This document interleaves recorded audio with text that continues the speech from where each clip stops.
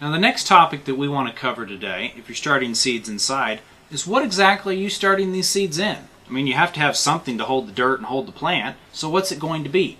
There's a variety of different containers that can be used, and there's a lot of different thoughts running around as to what should be used. I've experimented with a number of different things, and I'm here to help you find what I believe to be the easiest and simplest choice. A choice that doesn't cost a whole lot of money either.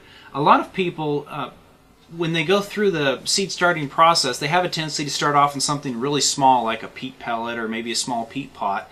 And then as the plant gets a little larger, they'll pot it up to something bigger. And then when it gets a little larger, they may even pot it up a third time before they plant it out.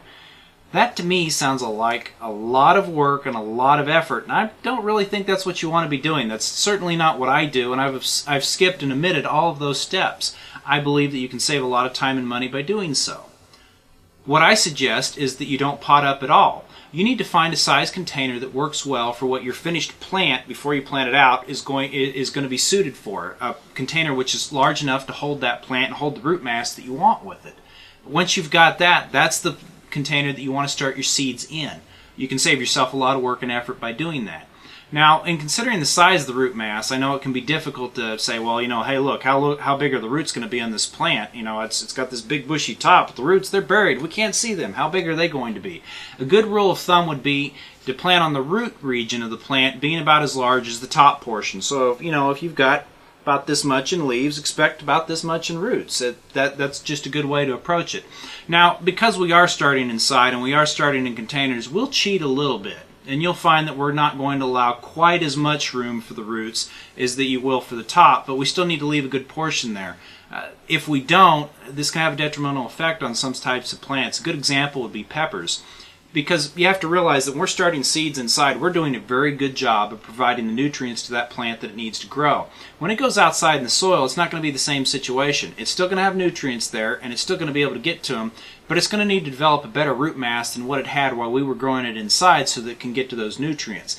Until it does that, it's going to be a little tough on the plant trying to deal with this real big top of this root system that isn't feeding enough nutrients up to it quick enough. So if you get too far out of balance, one of the things you could have is, say you plant your pepper plant out and the leaves start falling off.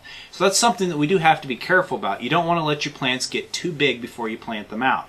Anyway, back to the container. The container that I would recommend using is actually an 18-ounce drinking cup. These work great, they're cheap, they're easily available. One of the nice things about it too is a drinking cup, it's plastic. Now I realize a lot of people say plastic, oh that's bad, but it works for us in this case because the inside of this cup is smooth. What this means is that when you plant the cup, or not the cup, what this means is when you plant the plant in this cup and you've got him fully grown and you're ready to put him out, when you take him outside, it's very easy to get the plant out of this cup. Generally, what I'll do is I'll take my hand, and you've got the stem of the plant right here. You put your hand right over the plant, right over the top of the cup here, and you'll have the plant sticking up between your middle two fingers. You flip the cup over, smack it in the bottom real good, and gently remove the cup. You're going to have that plant right there in your hand, and you're going to have a good. There's a decent amount of tension on the dirt there. It's going to hold together fairly well unless you've got it really moist, and then you should be able to put that into the hole and plant the plant without disturbing the roots too much. Anyway, back to the drinking cups. These are what I recommend, and these work great. They're cheap, easily available. I tend to get mine from Costco, but there's a lot of places that you can find cups like these. As a matter of fact, just so you could see it, these are the cups I tend to get right here. I hope you can see the label there clearly. But like I said, there's a lot of other 18-ounce drinking cups that'll work fine.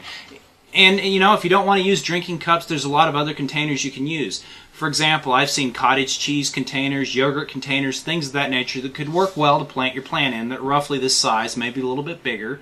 The only thing you need to be careful about is make sure that whatever container you use, it didn't previously have something in it that's going to be detrimental to your plant. I mean, for example, if say you had a yogurt container and you had it out in the garage and you were catching oil from under your car, that's not a container you want to turn around and grow in. So be sensitive to what's been in the container before you started using it. But other than that, if you want to use other containers other than going out and buying plastic cups, there's lots of options. Now, one of the popular containers that people like to use that I do not recommend is the peat cup. People tend to start in peat pellets, peat cups, whatnot. Peat pellets, you're potting up. But peat cups, the theory with the peat cup is that the roots will penetrate through the cup so that when you go to plant out, you don't have to take the plant out of the cup. You just plant the whole cup in the dirt and you're good. Now I can tell you from practical experience I've had using those things that I've seen more than one plant that's become root bound inside of a peat cup. So obviously the roots don't penetrate it that well. Now to make matters worse, if you decide, well, okay, I'm going to use this peat cup, but I want to plant out in this peat cup, but I'm going to take it off because I don't want my plant to become root bound inside the cup. The problem that you then have is that some of your roots will have grown through the cup. So when you're removing that cup, you're going to be doing damage to those roots which have grown through the cup.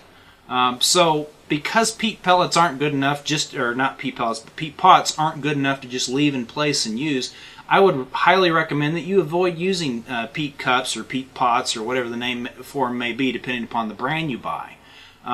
Also, you'll find that they tend to be a lot more expensive than the plastic cup. So peat cups or peat pots just generally aren't a good way to proceed. Now, if you have concerns about using the plastic cup because of the environmental waste you're causing by using plastic cups each year, you can clean and reuse the cup. It's a fair amount of work, and you want to make sure you do a good job of getting that cup clean so that there's no possibility of transmitting, some sort of plant disease that grew in it last year to the plants that you grow in it next year, and hopefully there is no disease. But, if you grow in your cups year after year after year, eventually you're going to get something in there. So to avoid that risk of building up disease, if you are going to use your cups year after year, you have to find a good way to sterilize the cups. Just keep that in mind if you're planning to reuse the cups. In general, these cups are cheap enough that I would recommend just buying new cups each year, and poking the holes in them isn't very difficult either. We'll cover later the importance of poking holes in the cup for your watering system.